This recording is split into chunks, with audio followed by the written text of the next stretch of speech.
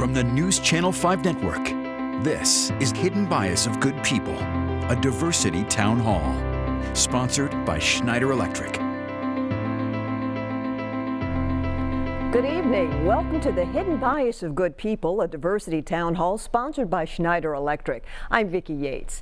Here at News Channel 5, we serve a diverse community and work hard to respect people's differences. For years, I've led the station's diversity team and helped train our staff on the importance of equity, diversity, and inclusion.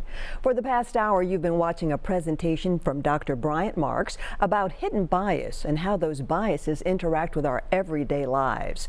Dr. Marks says these hidden biases affect how we think, feel, and act, and we all have them. Tonight, we're going to be talking about how those hidden biases show up in education, business, healthcare, and media. Our goal is to help all of us recognize these biases and eliminate them whenever possible. So what exactly is hidden bias? We sent News Channel 5's Chris Conti to find out. If we don't get it, shut it down! What's that smell? Black Lives Matter! For better or worse, there has been no shortage of difficult conversations these days. So much of it can seem so overwhelming. You know, the division is stark right now. I think everyone can see and feel that. Figuring out how we got here, though, requires a good, hard look at our communities and ourselves, and taking a deep dive into something you've likely not been familiar with, something called implicit bias. These four people all study implicit bias in one form or another. We only see the world through a single lens, a single set of eyes, our own. It really comes from our lack of understanding of people who are different than ourselves. It basically means that you favor one thing over another. Implicit bias means we do things without being aware of them, making decisions or taking actions based on preferences we might have toward a person or groups of people. Here's an example. A boy and his father are in a car accident. The boy is rushed to the hospital. At the hospital, the surgeon shouts, "That's my son." 40% of people come up with some elaborate reason for who the surgeon is, when in reality, the surgeon is the boy's mother. The implicit bias here is that surgeons are typically men. It's natural to have bias around other people. We're born with it. It really comes from our lack of understanding of people who are different than ourselves. Raul Fernandez studies equity, diversity, and inclusion. He says being conscious of internal biases just makes us more aware of the struggles others are facing. But there's a certain point at which we do become responsible for our own understanding of the world. Being aware of implicit bias might help us find more common ground. I think if folks can start to sort of do the deeper work of getting to know who folks truly are, I think we wouldn't be so scared of each other. Not an easy conversation to have, but an important one nonetheless. That multiple perspectives, multiple ideas, everyone doing well, makes our communities better places to live. I'm Chris Conti. Thanks, Chris. Now that we know what hidden bias is, let's talk about how it shows up in our schools. Joining me now is Ashford Hughes, the Executive Officer for Diversity, Equity, and Inclusion for Metro Nashville Public Schools. Thanks so much for joining us tonight, Ashford. Absolutely. Thank you for having me. First question, how does hidden bias impact kids in school? First, I want to talk about, our mantra at MNPS within my office, and what we're trying to do is make certain that we fix injustice and not kids. We know that oftentimes we all have implicit bias, but it matters how we show up at schools with that implicit bias. So sometimes we see that in disciplinary actions. We see that across disproportionality and discipline. We see implicit bias show up sometimes in the way that students are recruited into some of our advanced classes. And it's not because of good people trying to do purposeful bad intentions, but it is because of that unconscious bias that we all see through the prism of our own lens. But when those biases do show up, we have to be aware of those things, and we have to make certain that we are combating those. So while we see this disproportionality, and a lot of that is due on some of this bias, we have to be able to assess it. And once we assess it, then we can firmly address it head on and then seek mitigation to change that. So now studies have shown that African American boys are much more likely to be suspended or expelled than white students, even as early as kindergarten. Is that something you've seen in your work, and what's being done in Metro schools to address that? I think it's all about the data. So have we seen that across schools? Yes, we have seen some of that information. We also see that African-American girls are spending at a much harsher rate.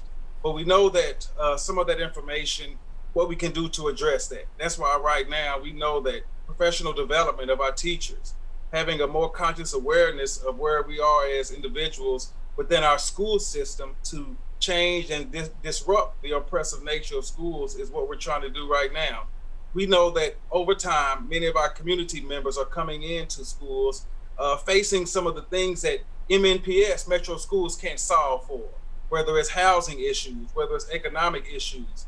But we owe it to our students every day to make certain that we are providing the best educational opportunity that they can provide.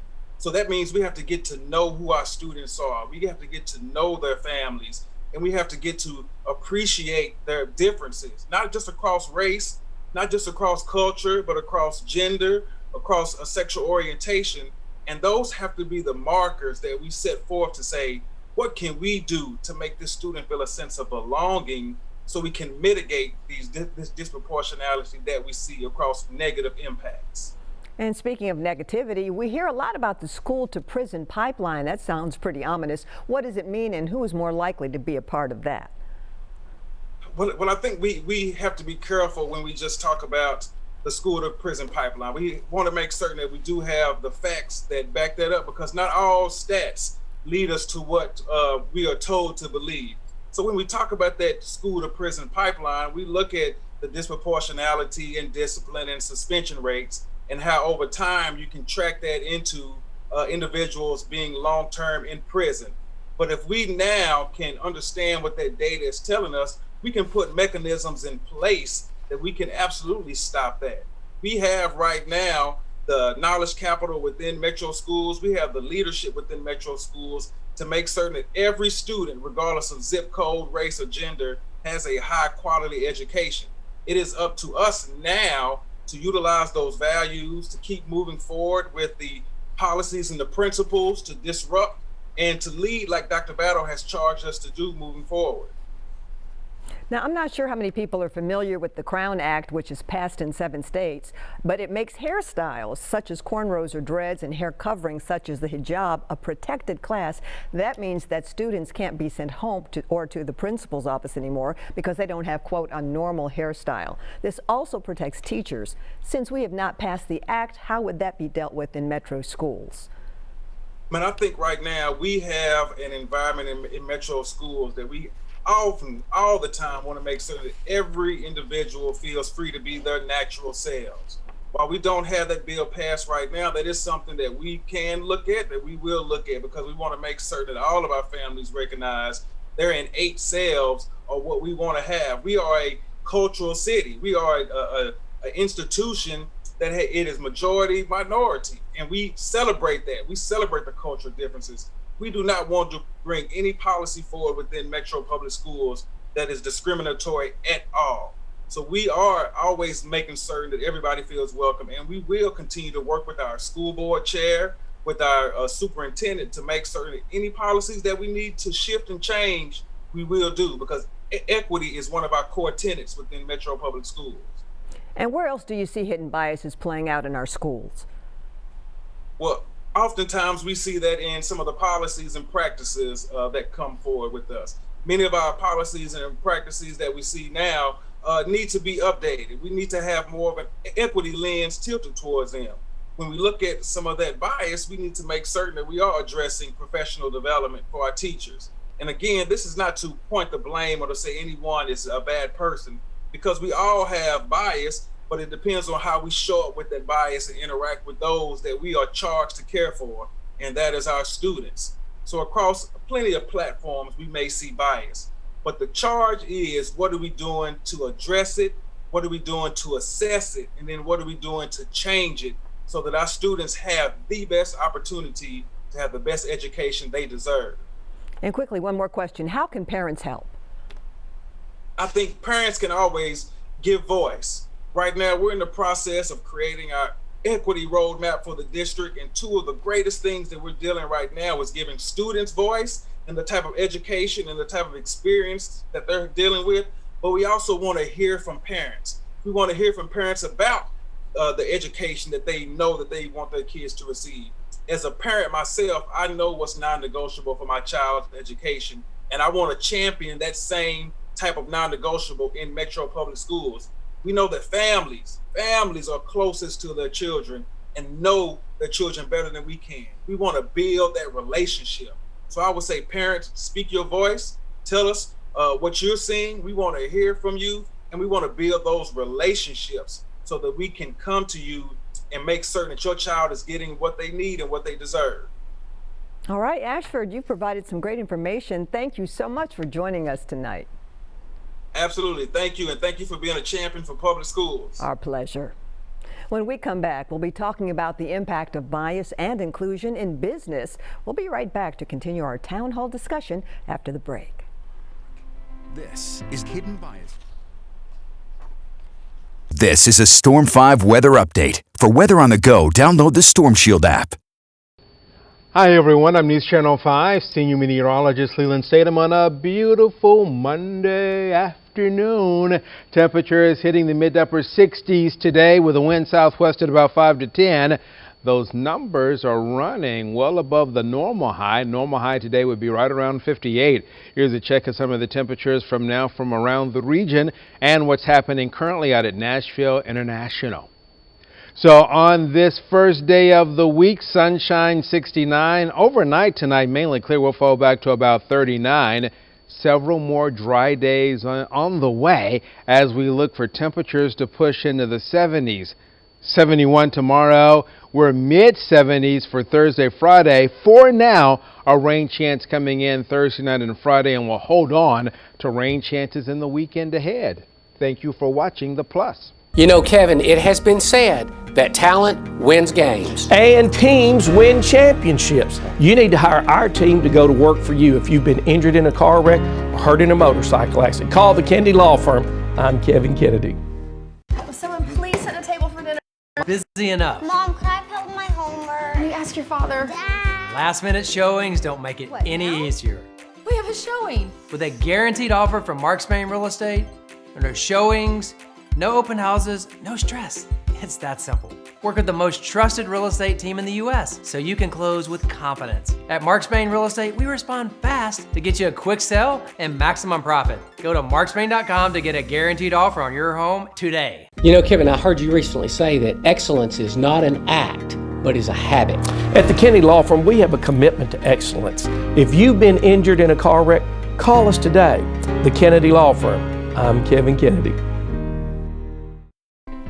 Welcome back. You're watching The Hidden Biases of Good People, a diversity town hall brought to you by News Channel 5 and Schneider Electric. I'm Vicki Yates. In the last segment, we talked about the impact of hidden bias in education. Now let's turn our attention to business. Joining me now is Candace Bridges, the leader of Diversity, Equity, Inclusion, and Employer Brand for Schneider Electric for the North American region and tonight's sponsor. Candace, thanks so much for joining us. Thank you, Vicki. It's a pleasure to be here tonight. Now, first of all, let's talk about what hidden bias looks like in the business world. So, Vicki, you know, hidden bias shows up in the business world just like it does everywhere else, right? As the program talked about, everyone, experiences bias, whether on the giving or the receiving end. It's the way that our brains are wired. And so in the business world, you know, where can that show up? It can show up in interviewing. It can show up in choosing a person to work on a project. It can show up when managers are promoting and developing their employees. What's important is that as businesses, we're very aware of that, right? And taking measures to mitigate that bias where it exists. And that really starts with education. And being aware of it. One of the things that the program talked about that really resonated with me and that we practice at Schneider Electric is being transparent on those processes, right? And so as businesses, we can, and as workers, right, all be transparent about how we're making decisions. So if we say, you know, we want to hire for this position, being clear about what those requirements are, getting a buddy to make sure that we're holding ourselves accountable to how we're making decisions against those criteria, and then selecting the person based on the criteria and not letting bias, sneak in. Now, I know before you started working for Schneider Electric, you were involved with the construction industry. So having said that, were you ever a victim of hidden bias, or do you know people who were? Well, I think, like I said before, we are all victims of bias, right? And so, yes, right.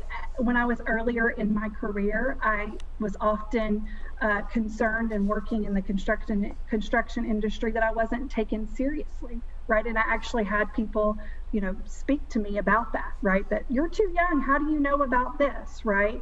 I've had other instances where I was told by managers that I didn't think you would be interested in this position because you're a young mother and it requires a lot of training, right? Again, and those snap judgments that we all make before someone else is, before the person on the receiving end is allowed to speak for themselves. So I have, just like everyone else, experienced those at some point in my career.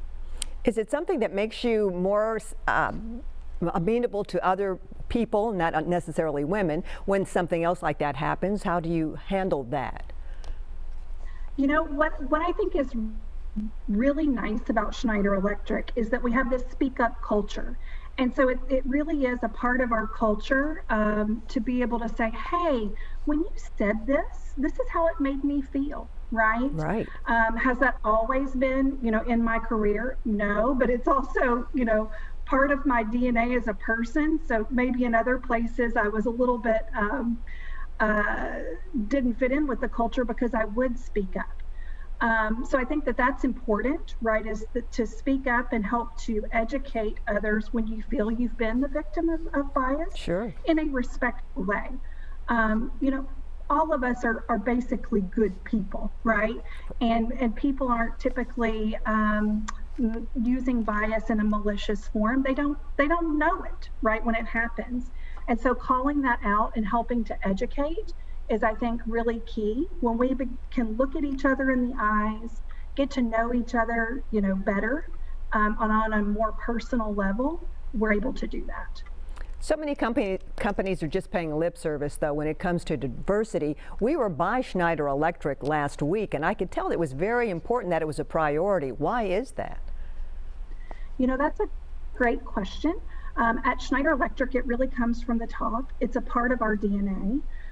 So our mission is to improve the lives of everyone everywhere, right? And so that sounds pretty ambitious, right? But it's true. It's not just for certain people. We want to provide sustainable energy solutions for our customers all over the world. We're here locally. We have close to 1,500 employees in the greater Nashville area, in Nashville and Smyrna.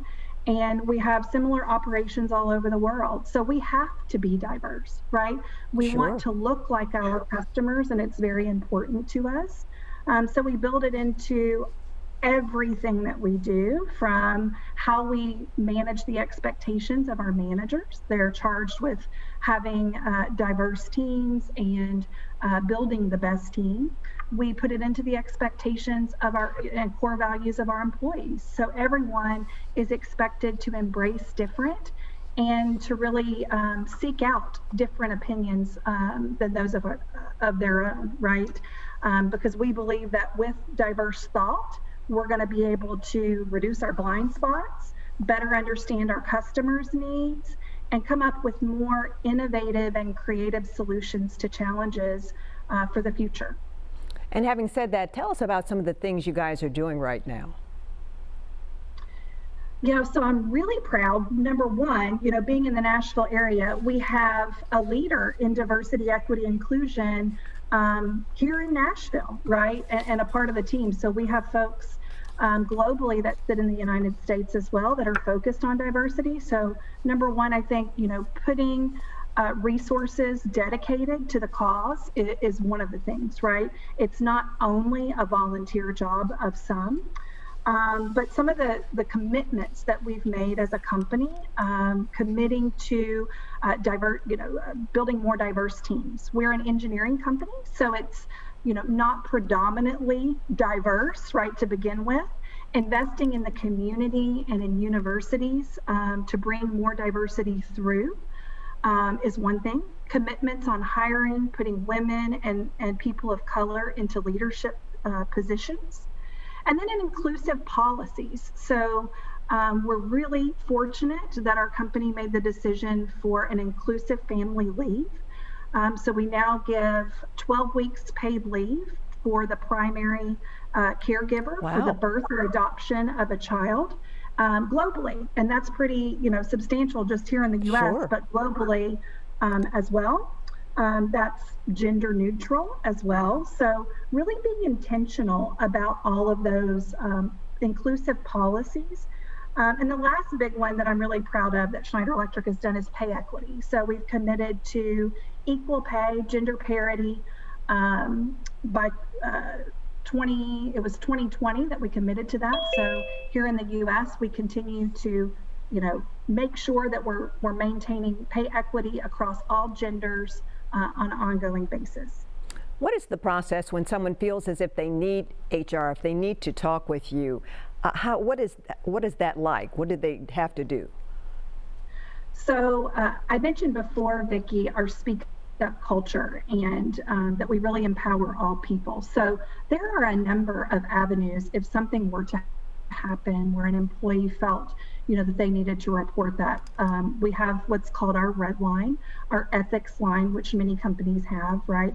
That's generally where something very egregious has happened, right? And you don't really see a lot of that in this area. But first and foremost, our employees can go to their manager or their HR consultant, either locally or someone that they trust.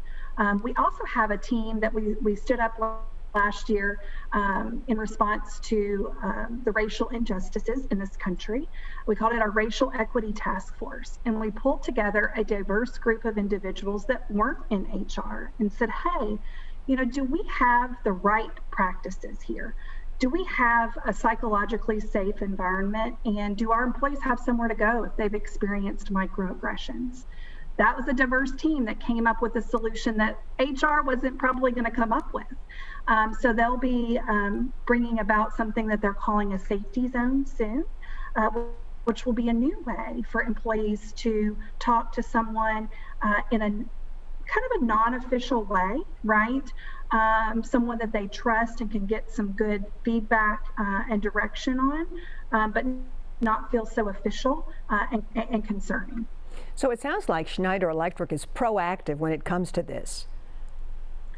I would say yes, Vicki, and it's one of the things that I love about this company. I've worked for Schneider Electric for going on 14 years this year, and I continually see them ahead of the curve. I'm fortunate now to sit on a number of external groups with leaders in HR and business who are talking about, what should companies be doing to support their employees to be more diverse, inclusive, and equitable. And I'm proud to say that, yes, we are on the cutting edge and are constantly challenging ourselves, our people, everyone, regardless of, what position they are in, to bring forth solutions and new ideas in this area and in all areas. Sounds like a great place to work. Well, I'll quote you on that, Vicki, and be happy to put you in our next employee story video if you like. You hit the nail on the head. Oh, well, so much we appreciate you doing this, Candace. It was so nice to meet you also last week. We appreciate your insight. Thank you, Vicki. I appreciate you bringing this program to the community. I know it's something that can be a little bit touchy, right, in the media, and I really applaud News Channel 5 for bringing this topic to the community and to folks that might, not otherwise hear this great training. So thank you. Our pleasure. Next up after the break, we'll turn our attention to healthcare and how hidden bias can impact the medical care that different people get. Stay with us.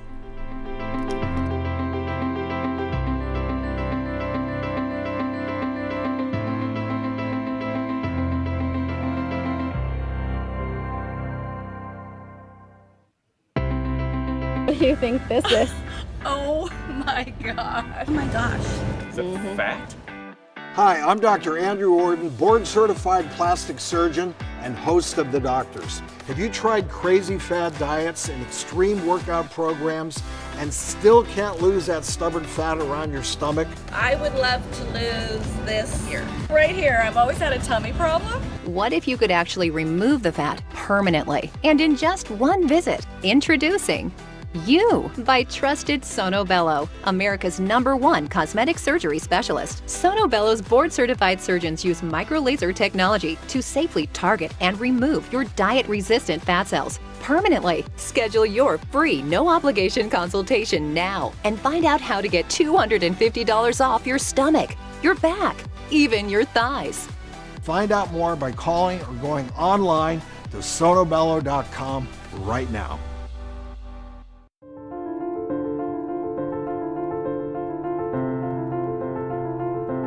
Every 3 minutes, someone is diagnosed with a blood cancer in the United States.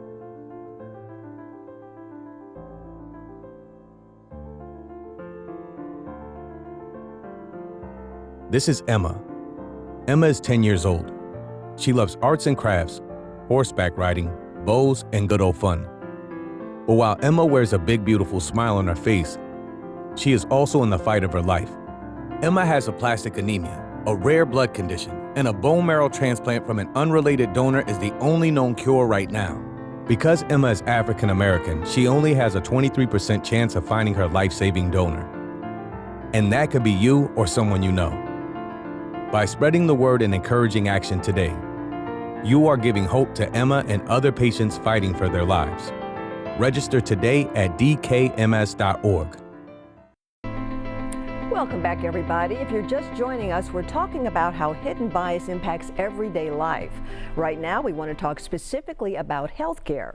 Joining me now is Roberta Pettis, the president and founder of FocusWorks Consulting Group. Roberta has spent the last 15 years working in healthcare and talking about the importance of diversity, equity, and inclusion. Welcome to our town hall, Roberta. Hi, Vicki. Thank you for having me. Thanks for coming. Now, what does hidden bias look like when it comes to the world of healthcare?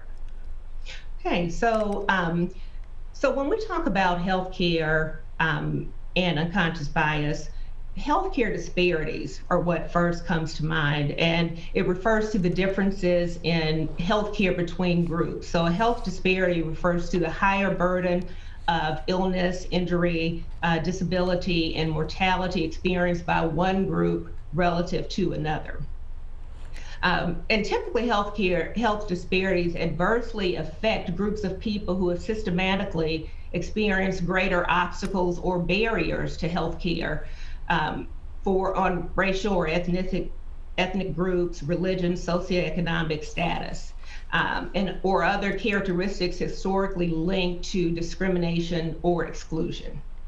Now, as a Black woman, I know that many women of color are often dismissed by doctors and the medical field when they have health concerns. It's happened to me.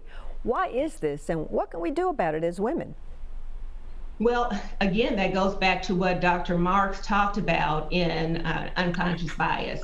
And we really have to, we have to, as women and in minority groups, we have to learn how to and talk about advocating for ourselves and really ensuring that you're when you are talking with your doctor, your clinician, that you're really clear and explain exactly what you're experiencing, what issues you're having, and make sure that they hear you. And from the clinician perspective, we know that these biases do occur for women, and especially women of color. They really need to make sure that they are actively listening. They're actively listening to what the patient is saying, and dismiss or try to dismiss any of those stereotypes that they may have about a certain group. So it's really a two-way street there. But we need to make sure that the doctors, the clinicians are really listening and understanding what the patient is experiencing. Now, I know you were a former director of education and training for HCA. Did you come across anything like this there when you were doing that, when you were working in that position? So, we at HCA when I was there, and gosh, I haven't been there since 2011, or 2013. But we had extensive training in bias and unconscious bias and patient-centered care, and to make sure that you were giving the care, the quality care to every patient. Now, so there at HCA, they did a great job on training and developing employees across the spectrum. However, what we have learned and what we've talked about today is healthcare disparities and unconscious bias occurs at the individual level.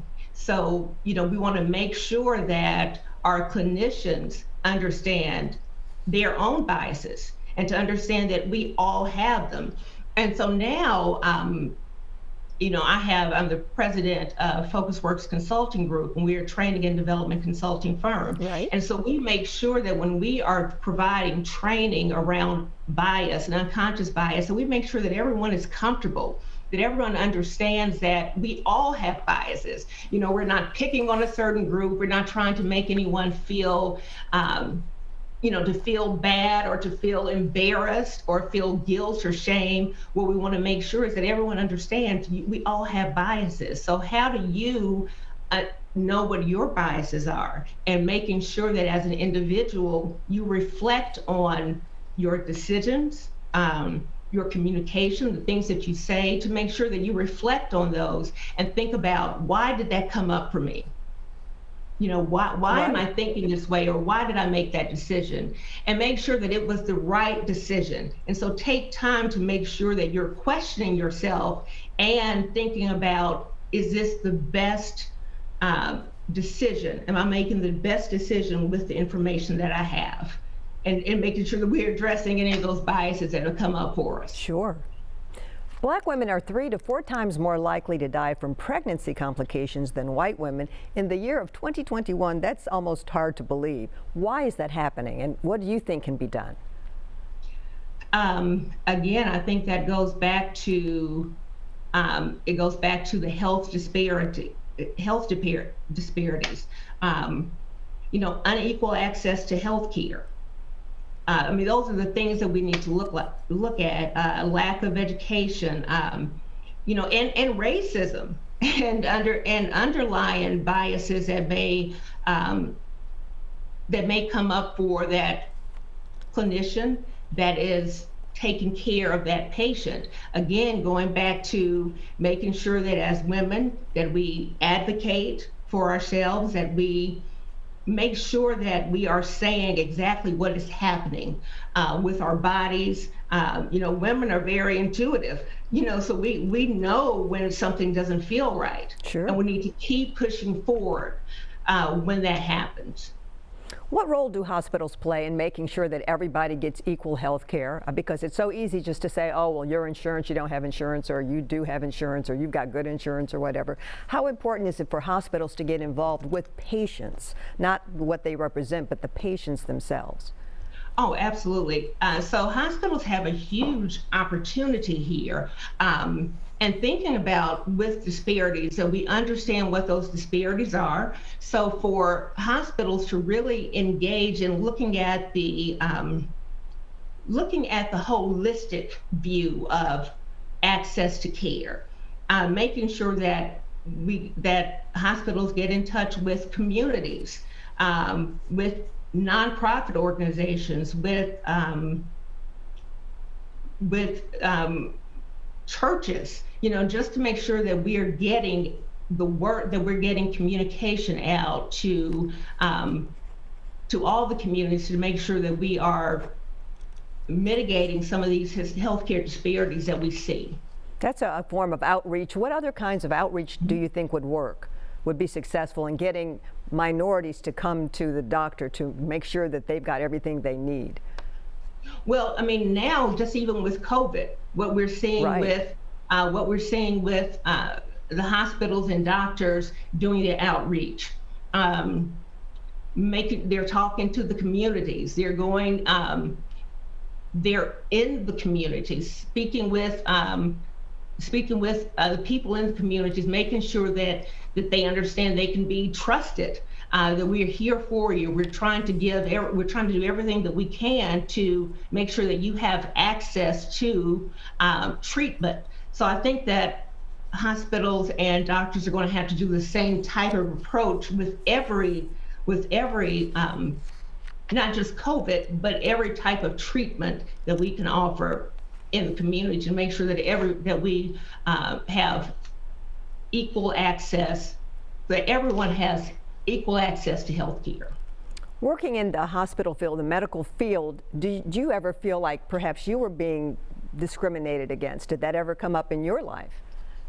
Oh, it absolutely did. And it's actually happened a couple of times. Once when I was in the emergency room years ago with pneumonia, and I was complaining about, my head is killing me.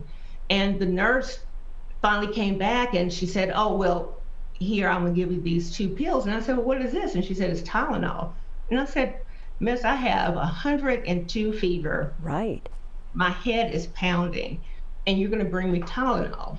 I said, this is unacceptable. And that's another healthcare issue, that's another barrier that we see where clinicians are not listening, especially not listening to women or not listening to Black women, and not taking their complaints seriously. Right. And probably a stereotype that person had. So, that is something that I've dealt with and I've seen happen to other people. So again, we really have to make sure we're advocating for ourselves, that we are being honest, that we about how we feel even before your appointments. Make sure you write down every single thing that you have dealt with, so when you get in front of that clinician, you remember everything. And also, taking notes in the doctor's offices. Now I tell the doctor, I said, before you start speaking, I'm going to pull out my phone and I'm taking notes. Sure. I want to make sure that I remember everything that you say.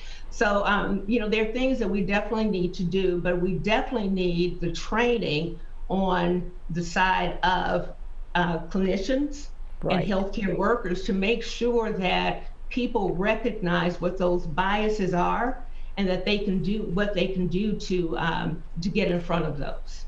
Now, you've mentioned the COVID pandemic. We've heard a lot more about disparities in healthcare and the impact it can have on people's lives since that took place.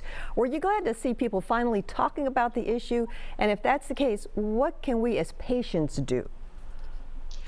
Yes, I was so glad to see people talking about it. And that's one of the things that's important, communication, and making sure that people feel comfortable and that they feel like their voices are heard, and that people are listening to you, and that the doctors and the hospitals are listening to what you're saying.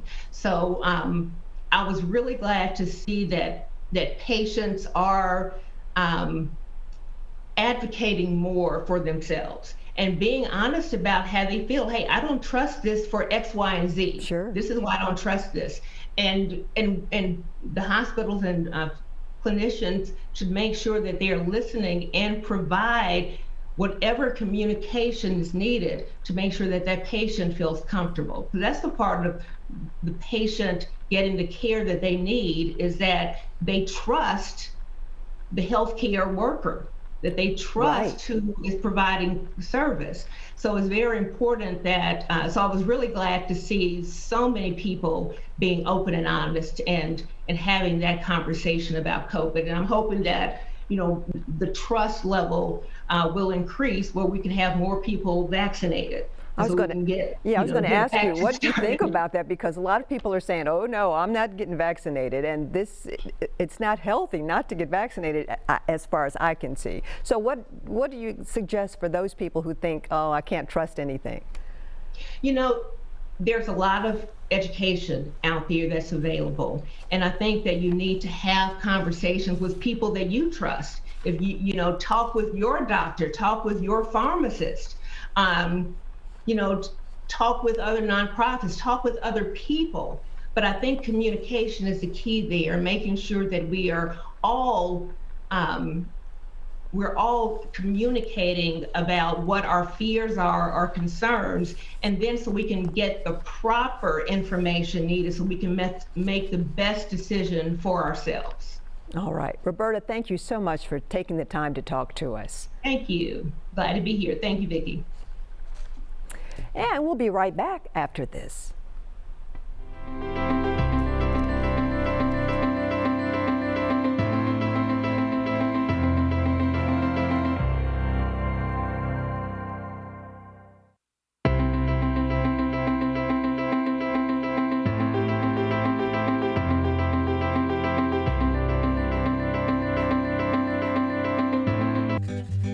Prevention is important. Help prevent the spread of illness and keep yourself and others well.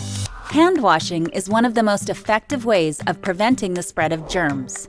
Wash your hands regularly with soap and hot water, scrubbing your hands thoroughly for at least 20 seconds. Hand sanitizers can be used but are not recommended as a substitute for hand washing. Use sanitizers in addition to hand washing or in a situation where soap and water are not available. To avoid spreading germs, limit sharing of personal items such as utensils, cups, and dishes. Your skin acts as a barrier to germs, but your eyes, nose, and mouth are more vulnerable. Wash your hands thoroughly before touching your face, eating, or drinking. Avoid physical contact with others, including handshakes, fist bumps, high fives, hugs, and kisses. Social distancing is deliberately increasing the physical space between people to avoid spreading germs. While regulations may vary by country or area, the best guideline for social distancing is to maintain a distance of 6 feet from others. Germs can travel through the air from one person to another. If you sneeze or cough, do so into a tissue or the inside of your elbow to prevent the spread of germs. Avoid contact with ill individuals and insist they isolate themselves until they have recovered and are symptom-free. Clean and sanitize frequently touched common surfaces and high-traffic areas in your home and workplace several times a day. Share these guidelines with others and help prevent the spread of illness and maintain a healthy environment. An ounce of prevention is worth a ton of cure. Let's go to Diana. Hi, Diane. Hi, I'm glad you're having this program. I've evidently had a lot of misconceptions about this myself. Renting out a property for the long term is a business activity. You come hang out in Nashville for more than 6 hours and you say, we have to do something to address the traffic situation. I oppose what's being done. It's truly obnoxious. Where will this stop? This is what's going on. I oppose this man that you got on the show. If our faith means anything, then it has to mean something in the darkest, most complicated places, and that's prison in our society. Hello, everyone. Welcome to Open Line. All right, let's go to Joe. Joe, good morning. You're streaming live on Facebook. Hello, Larry. Larry, good morning. So Misty on Facebook says a lot of guns should be banned. Hi, Larry. We're taking the call. Sure. And several calls. So let's go to the phones. Laura. Hello, Laura.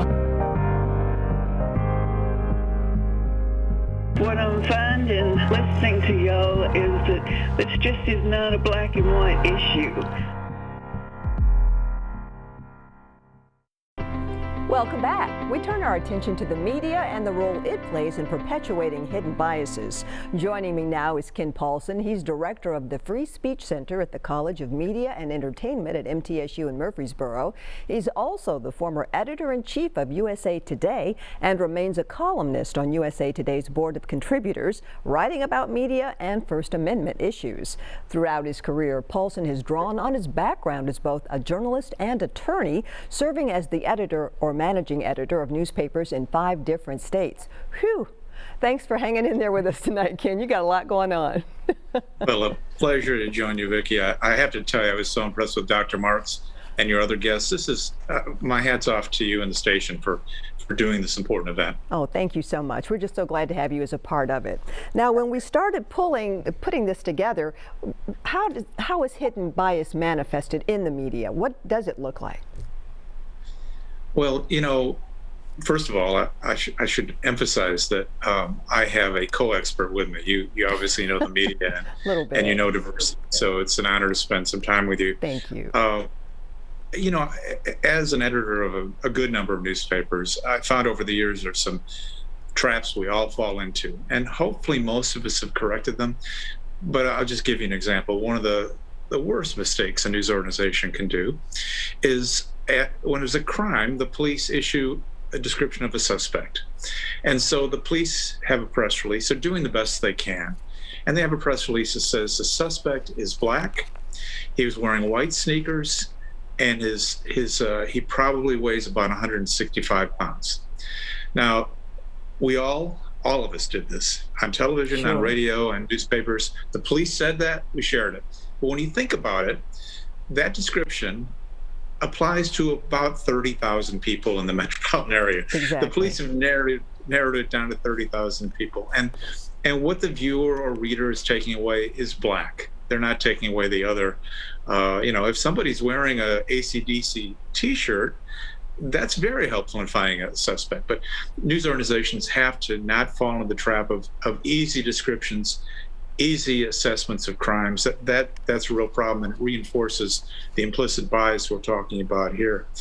I would say also a major problem with media coverage, all done in good intention, is that we, and I say we because before I joined MTSU, I was a journalist for so many years, so let me fall into that. Sure. What we so often do is we spend time, as Dr. Marks pointed out, with people who look like us, who share the things that we care about.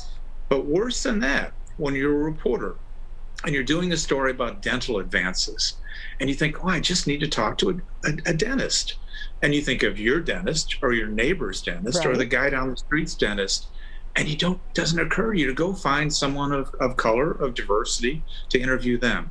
And so what we too often see in news stories and on television are the familiar faces of the majority of the news staff. The news staff tends to reflect, the news staff tends to reflect the people they hang out with rather than the community as a whole. And that's a major problem for an organization like a news organization that is trying really hard, sincerely, idealistically, to represent the entire community.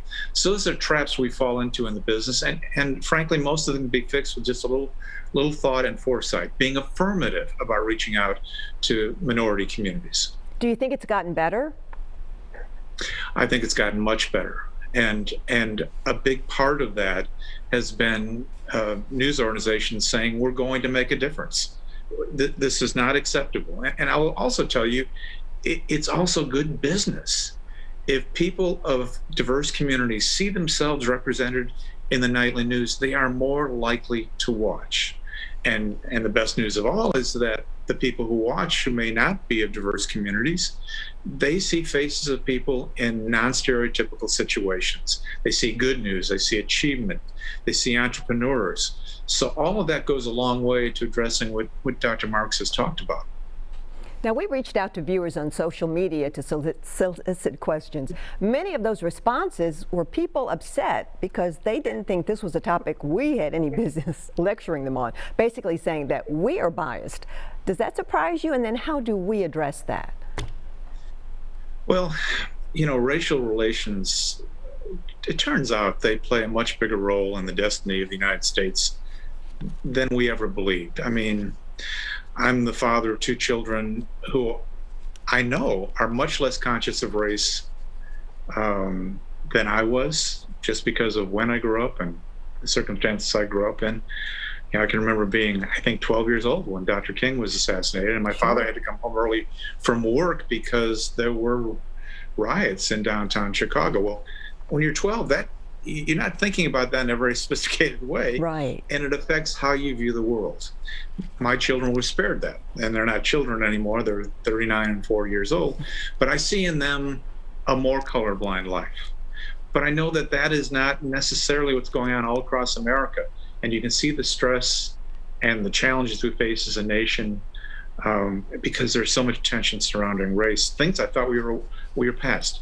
My point here is that people, when words like bias kick in, when you use words like bias, people get defensive, and you understand why. They don't want to be thought of as a bigot or a racist. I understand and respect that. So I've chosen to adapt Dr. Marks' language. I would call it personal perception. We are all driven by our personal perception. A bias has a negative vibe to it. But I think every living human being has got to cop to the notion that they view the world in part because of what they've experienced, what you have seen. If someone of a certain race picked on you in the 5th grade, that may color your opinion of the entire race. Sure. Our lives drive our perception of others, and we just need to admit that. And that's really what we're talking about here tonight. Have recent protests changed how the media handles bias? I think one of the challenges in covering the kind of demonstrations and what some people call riots is that, with all due respect to law enforcement, a riot is a technical term. It is when police decide there's a certain level of disobedience or difficulty in handling a crime. Sure. And different police departments have a different threshold for that. And so we see that on television. There's a riot in Seattle, there's a riot in Cincinnati. And I think as journalists, we have to be careful to more directly describe what that is, because they're not the same thing. They're different. Would you call what happened in Nashville a riot? No, you'd call it vandalism and hooliganism and a lot of things that shouldn't have happened, but it's not a riot. I think news organizations have gotten better at describing things. I will say this though: I think news organizations have not done a good enough job to write about the places where there were not riots. We had demonstrations in 50 states across the U.S. And if you talk to people about those demonstrations, they talk about windows broken, they talk about crimes, they talk in racist tones sometimes. Sure. But the reality is 45 out of 50 states had no significant violence. It was Americans used their right to march and petition government for change in a largely peaceful way. And news organizations have an affirmative duty to drive that home so people don't have a misapprehension. Now, I know it's the British press, but yesterday when we heard the Oprah Winfrey interview of Prince Harry and Meghan, they both confirmed that much of the negative news written about them was because of Meghan's race. Has the American media been guilty of negatively profiling more people of color than whites, all things being equal? First of all, just a random thought about the British press, of which I know almost nothing. But what I have seen is they're mean to everybody. They don't need a motive. It's the Wild West. For all the discussion in this country about media bias, just check out London's tabloids. They're on the hunt all the time. So, the royals are entitled to analyze why they're being treated badly, but they're not really the only people being treated badly by the tabloids. Here in the U.S., I have to confess, I have spent a lifetime in news organizations, and no one ever believes me when I'm at a party trying to explain the glory of American news organizations. But those are idealistic places. People try every day to do a good job. And all the buys of cable TV shouldn't be rubbing off on them. Having said that, I don't point the finger at news organizations. I point it at entertainment media. We have had, for the last 100 years, racial insensitivity, I'll put it that way, in film and television. Early on, movies like Birth of a Nation, incredibly racist. Exactly. Throughout the first half of the last century, Black actors getting only the most menial of roles. The Mammy and Gone with the Wind. Sure. And we still see that. Mideastern terrorists, black thugs, there's still so much of it, which is why you've had such a reaction to the Hollywood establishment and the Oscars being called so white. So we're getting there. But I will tell you, I think a blame for a lot of the reinforcement of racial stereotypes belongs to television and radio entertainment. They're exploiting racism for entertainment purposes. Now, what do you feel are the long-term benefits of recognizing the issue of diversity, inclusion, and equity in media? Well, it's putting out a better newspaper, putting out a better broadcast. It's about knowing your community better. And I must tell you that I think the answer, how we get there, is through hiring. When I was the editor of USA Today, I felt like our staff was out of whack. We did not have enough diversity in that newsroom. Sure. Over the next 5 years, the majority of the people I hired were minorities. And even then, we weren't where we needed to be. If you don't have someone in your newsroom from the culture you're trying to cover, you're going to do a bad job. It's not just race, it's age, it's gender, it's across the board. Just as an aside, I can remember that horrible night when John Lennon was killed in New York. And I called my boss, who was about 12 years older than me, and I said, this is terrible. We have to put out an extra. John Lennon is dead. And he said this with no disrespect. He said, well, it's not like he was Elvis. Oh my gosh. It just took 12 years right. of different perspective to come up with a different news judgment. So that's kind of a benign example. But I prevailed. We covered John Lennon. But that's part of everybody's life. If you haven't experienced it, it's harder for you to cover it. We need more diversity in America's newsrooms. And we need more people like you making sure that things are getting done. Thanks so much, Ken, for joining us. My pleasure. Thank you. After the break, we'll wrap up our town hall discussion and tell you where you can go for more information. Stay with us. Oh, beautiful, for spacious skies, for amber waves of grain, for purple mountain majesty.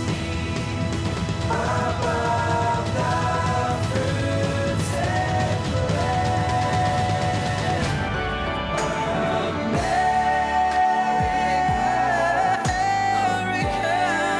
America, God shed His grace on me, and crown Thy good with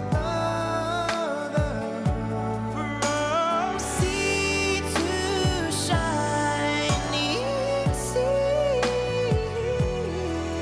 from sea to shining sea,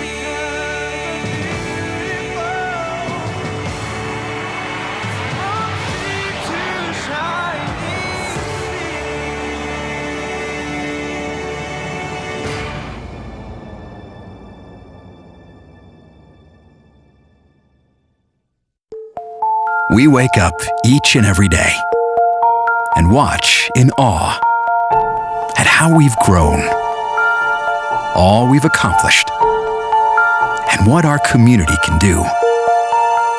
We are all part of a transformation, sparkling with energy and spirit. Not every day is smooth sailing, and there's always hard work to be done. But we have so much for which to be grateful. We celebrate life's moments, large and small. We've invited everyone to share what makes our home special, welcoming, beautiful. We realize in the day-to-day stories of our city, it's not always easy to appreciate the big picture. These big pictures are brought to you by News Channel 5's Sky 5. Look for a fresh perspective each new day. If you spend time in the great outdoors, hunting or fishing, you need to watch Southern Woods and Waters on News Channel 5+. Join host Brandon Dowdy and our area's top sportsmen as they share their experience and knowledge. Southern Woods and Waters is all about Middle Tennessee, and it's live. Call in with your questions. Whatever the season, that's what they're talking about. Tune in to Southern Woods and Waters Thursday night at 8 on News Channel 5+. As you've seen tonight, recognizing hidden bias is just a small part of this discussion. Figuring out how to change it, that's the hardest part. We'd like to thank our guests and our sponsor, Schneider Electric, but most of all, we appreciate you for watching tonight. This is a real journey that impacts all of us, and we all have a long way to go. If you'd like to learn more about the hidden bias of good people, go to newschannel5.com/hidden bias. While you're there, you can take a quick quiz to learn more about your implicit bias. Awareness is the first step. Thank you, and have a wonderful evening.